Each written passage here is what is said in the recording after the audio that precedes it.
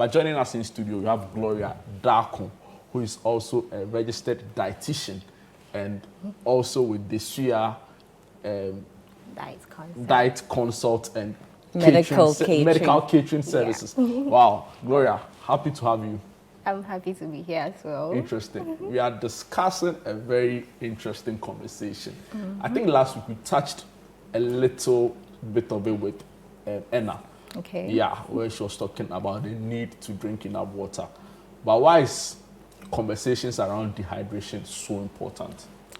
Well, because dehydration can affect a lot of organs in the body, and then we usually don't pay much attention to dehydration, coupled with the fact that we live in a part of the world where it is always hot or mostly hot, so it calls for the need for you to be like more hydrated. That is why we are talking about dehydration. And then because it was also kidney month last month, and dehydration can affect the kidneys, so it's prudent that we talk about it.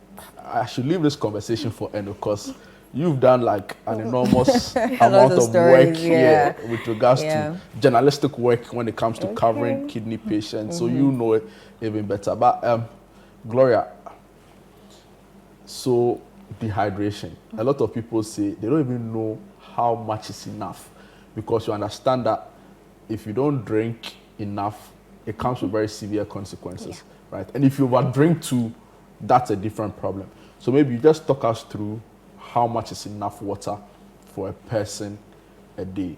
Okay, so even though the general guideline says you should have about 2.5 liters to 3.5 liters of water in a day, it can differ based on the individual. You are looking at your activity levels, you are looking at the climate, you are looking at age, you are looking at weight. So the more appropriate way you can tell whether you are hydrated or not is by using your urine, the color of your urine. So that will give you a more vivid description of what is going on in there in terms of the fluid needs. So the normal urine color is supposed to be straw colored. Straw, like the ones they use in roofing. Straw colored? Yeah, the buildings, those straws. Yeah, so like pale yellow, sort of. And then when the urine color is a darker yellow, almost like the color of like apple juice sometimes, it tells you that you are dehydrated. But if it is pale yellow or the straw colored that I'm talking about, it tells you that, oh, there is enough hydration or enough fluids in the body. What if it's like the one on your sleeves? Dehydration. Dehydration. Yes. And so the one on darker the darker the color, the more water you need. Yeah. Wow. Okay. All right. So, how are there any other ways to check aside the urine? Okay. So you can use your skin, what we call the skin elasticity or the tegel. So, but usually last week I think. Yeah. So when you pinch your skin, you realize when you leave it, it goes back immediately. But in people who are dehydrated, and this is in like serious instances of dehydration, so that's why it's more okay to use the urine before the skin, because when you get to the dehydrated part that shows on the skin, then it means you are very dehydrated. So you realize when you pinch the skin of those kind of people, it doesn't fall back immediately. It takes a very long time before it goes back. Let me go and check, because I'm not seeing the thing correctly. Oh, so it fell. So like this? Yeah, leave it and it's down. Yes. So I'm correct. 100%, no issues. Like I'm saying, you only start to see this when you are severely dehydrated. Right. So the color of your urine will be much more better. So if we're dehydrated, then it means that it will not fall. It won't fall. So after pinching, it assumes that same shape like that for a very long time. Wow. Okay. Interesting. All right. So you mentioned 2.5 liters. Yeah. Is that like a bottle? How many bottles 500. Of that? So that's about between 5 bottles in a day. Like, I like how anytime we talk about dehydration, he takes a sip of his water. Okay. Say that again, sorry. Okay, so between 4 and then 5 or 4 or 6 5 bottles of water. This yes, size. 500 mils. Yeah. And what time should we be drinking? Okay, so usually when the weather is very hot, it calls for more water, because you are losing fluids through like the sweat, perspiration, even through breathing. Okay. Yes, when you are breathing, you can lose about 1 liter of water in a day. through breathing only. So when the weather is very hot, you definitely need to like stay hydrated a lot more. But then also when you wake up in the morning, people find that when they take water on an empty stomach, it's able to help stimulate bowel movement, so they're not constipated. They're able to like go about the rest of the day extra energized. Like just keeps the body in homeostasis sort of. Yeah, and then you can have water when you are eating, before your meals, after the meals. So the ideal way you can do this is by having maybe water always on hand, or like investing in a really cute water bottle you can keep at places. Does it have to be cute? Yes. Because the ones that have, you see, there are some that have markings on them, like you are almost there, you are at your goal. That's going to motivate you because you want to finish the whole bottle. If your motivation to drink water is the labeling on a water bottle, you know, you need a problem. A problem. Wow, interesting. Yeah. Wow. Go ahead. I wanted you to just talk to us about how dehydrated people look like.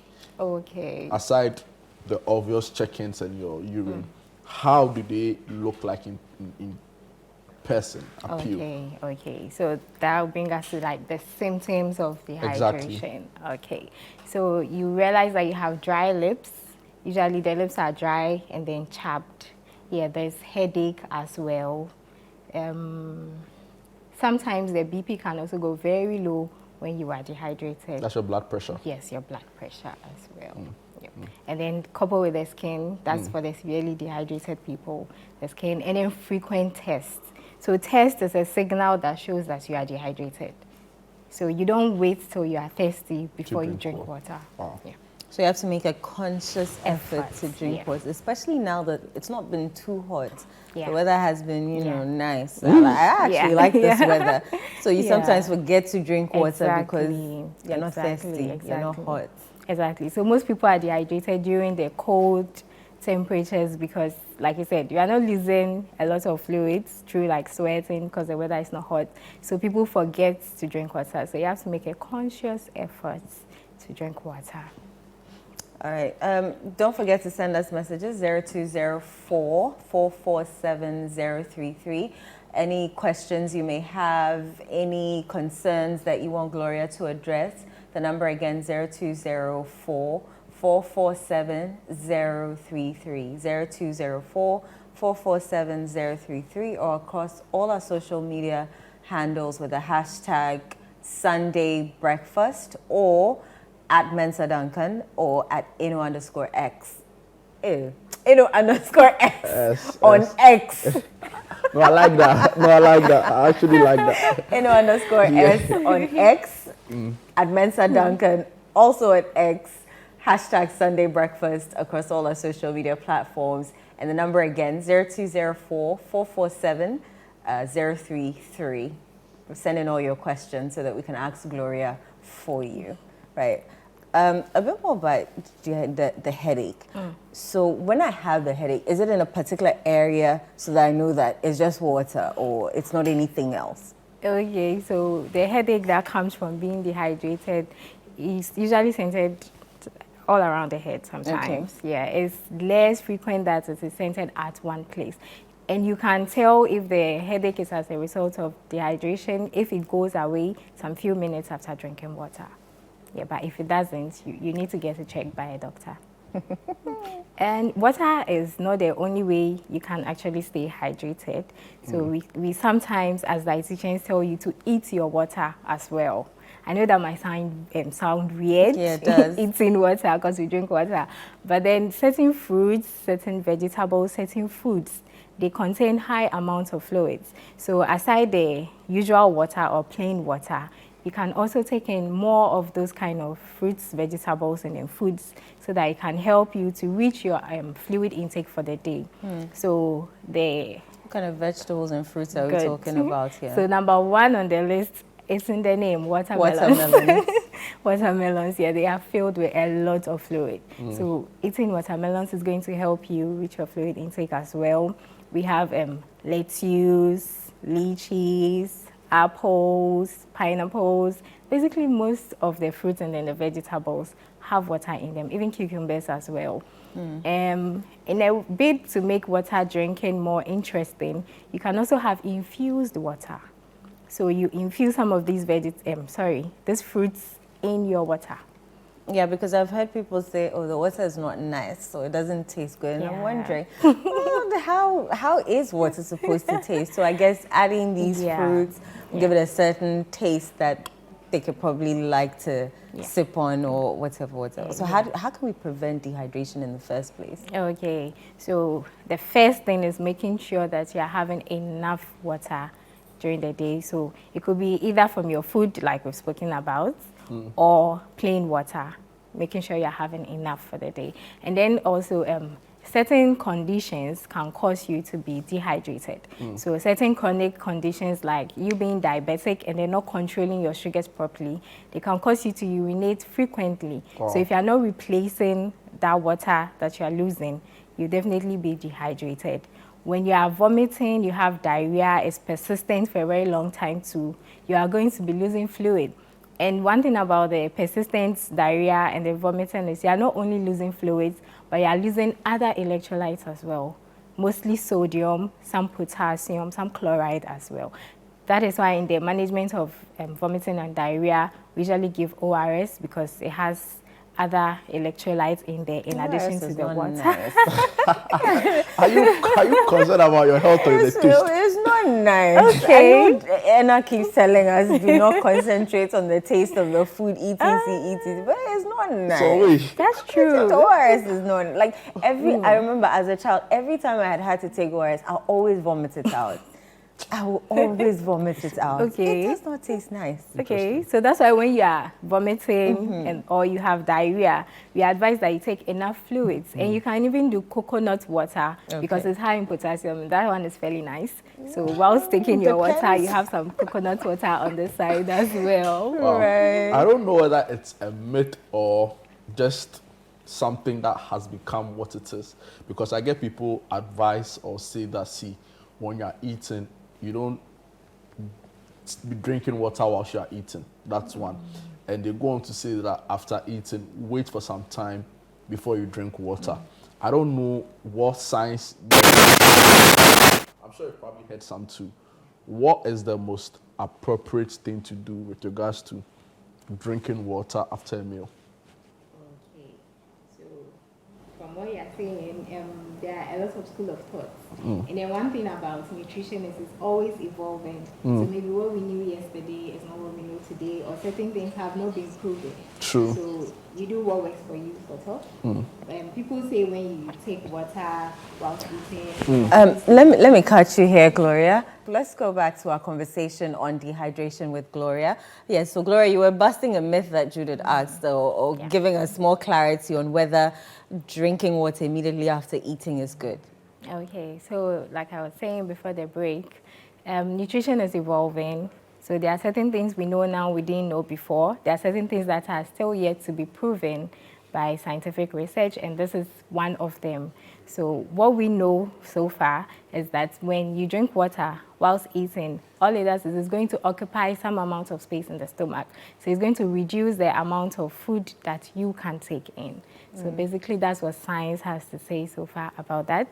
But more research is being done to give a more fair idea as to whether it really dilutes the nutrients or does anything. Okay. There's a question here for you from Selom in Tema. He's asking, considering the different types of water we have, such as sparkling water, still water, and the rest, can any type of water suffice or add up to the amount of water we need daily?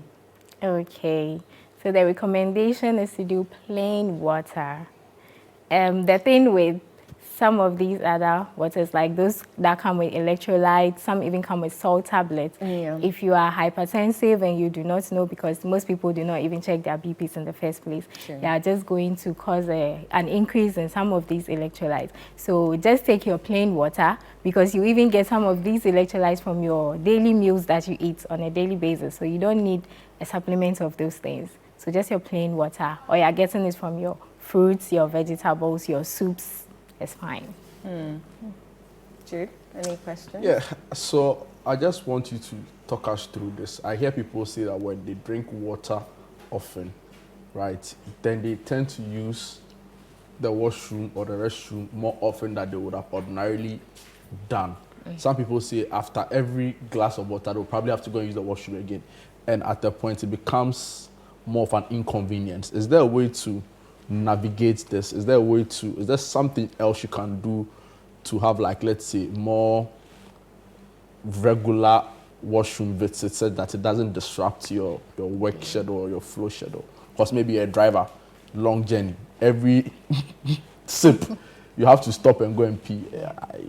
It disrupts the flow, really. So I don't know if there's anything you can do. Yeah, so that is where the danger is. Most people want to drink large quantities just so they don't have to drink water again. Good. So you take your water in small sips. So let's say this bottle, you're using about just like 2 hours to take this bottle. So just in smaller sips, so it accumulates before you have to go to the washroom. But if you're really thirsty. If you're thirsty, you can go ahead and drink extra. Okay. But I mean, on a regular day when you're not thirsty, but you're making a conscious effort to drink water, so what you can do is take it in smaller sips rather than downing the whole bottle down. And then you have to go to the washroom in like the next 10, 20 minutes. So what you advise is that regular sips, yes, regular instead sips of just water trying to down the everything. day. Yeah. Wow. Talk to us about the possible consequences of over drinking water. I hear people say it's such a big thing, right? So for fear of being dehydrated, they now overdo it. What could be the issues, the likely issues that you could face if you do that? Okay, so whenever you take water, the liver, the kidneys, they all work together to be able to excrete it from the body. So overhydration means you're going to put pressure on these organs. And doing that can also affect the electrolyte balance in the body, especially your sodium levels. So sodium can go very high, and sodium can go very low because the electrolytes are being diluted by that extra water. Yes, and then that can lead you into hypotension, which is the opposite of hypertension. So your blood pressure is going very low, and that's detrimental because you need sodium for muscle contraction, even in the heart and all that. Wow. Yeah. Is there an alternative for water? Is there an alternative for water? As in, you don't want to drink water? So maybe, of course, you need to drink water to stay alive, but maybe you don't want to drink it as much. So maybe to complement the water, something else that you can do. I think you mentioned watermelons, right? Yeah, so the fruits. But it's so aside fruits too, is there anything else? Yeah, you can do infused water, like I mentioned. Okay, that's what I was saying. You can have teas, so like the black tea, the green teas, they are all ways of staying hydrated. Smoothies, they are all ways of staying hydrated. There's some questions here for you. Gideon Kumston on X says, good morning. When I drink water, I pee a lot. I think you've answered that. Does that mean I'm overhydrated? That's what he wants to know. And there's another one here. I always feel the need to drink water a lot, even if I just drank water 2 minutes ago. Is there a health condition associated with my need for water? The person didn't write the name, but... Okay, so if you have frequent tests and it is coupled with frequent urination, especially in the evening, I suggest the person goes to the hospital and have the sugar levels in the evening, checked. So if you drink water, you sleep, you wake up to pee several times? Yeah, but like throughout the day, but especially intensified in the evening. I'll suggest the person goes to the hospital and then have sugar levels checked out because that can be that. I've seen people and also... And the next one, his need for more water, even if he just drank it 2 minutes ago. Yeah, so high sugar levels can do that. I'm not saying the person has high sugar levels, but at least go to the hospital and then get it checked out. And everyone's body is different. True. So science says this, but I mean, your body does what it wants. So just have it checked out and then make sure that there's nothing wrong with you. Then that's it. David Alote also sends a question. He's listening from Tesh. He says, kindly ask Gloria for me if alcohol and caffeine play a role in dehydration, and how does age or certain medical condition affect the risks of dehydration? Okay. So then he adds that spicy food also affect hydration level? So you can just lump all into one for us. Okay. So yes, alcohol and then caffeine, too much alcohol, too much caffeine can cause dehydration. because alcohol and then caffeine in itself, they can act as diuretics. So they can cause you to pee more frequently than usual.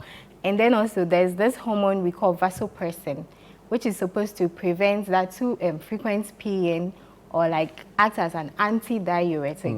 When you have high levels of alcohol, high levels of caffeine, they can suppress the activity of this hormone and then cause you to rather pee more instead of retaining most of the fluid that the body needs.